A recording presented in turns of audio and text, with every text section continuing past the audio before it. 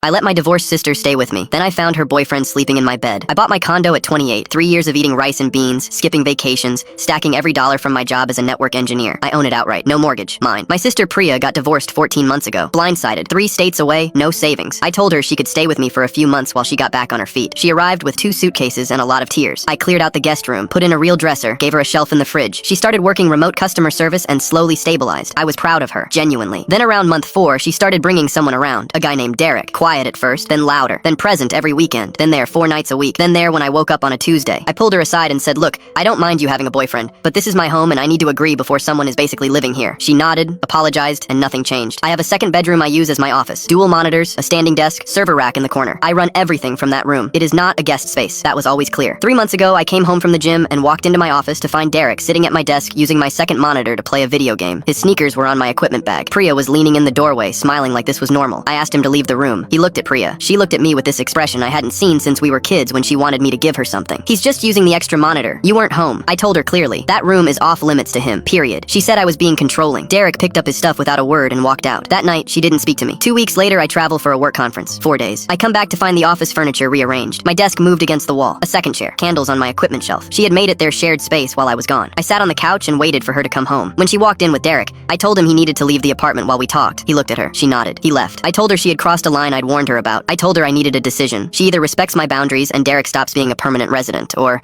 I would need her to find her own place by end of month. She called me cold, said I had never understood what she went through with the divorce, said this was the least I could do as her brother. I said, "I gave you a home when you had nothing. I've asked you for one thing." She left for Derek's place and sent me a paragraph by text about how family is supposed to sacrifice for each other. I restored my office that night. 3 days of silence. Then she came back, apologized, said Derek would stop staying over so much. I believed her. Last week I got home late from a client call. Lights were on. I unlocked my bedroom door and found Derek asleep in my bed. My bedroom. His gym bag was on my floor, his charger in my outlet. I woke him up. He actually seemed confused, like he couldn't understand why I was upset. Priya came in from the hallway. Her eyes were already defensive. He had nowhere to go tonight. I didn't think it was a big deal. I looked at her for a long moment. "Pack your things, both of you. You have until tomorrow evening." She started crying. Derek started explaining. I walked to the kitchen, poured a glass of water, and went to my restored office and closed the door. By 4 p.m. the next day, her key was on the counter and the apartment was quiet. I haven't heard from her since. I don't know if that makes me the villain, but I sleep in my own bed now.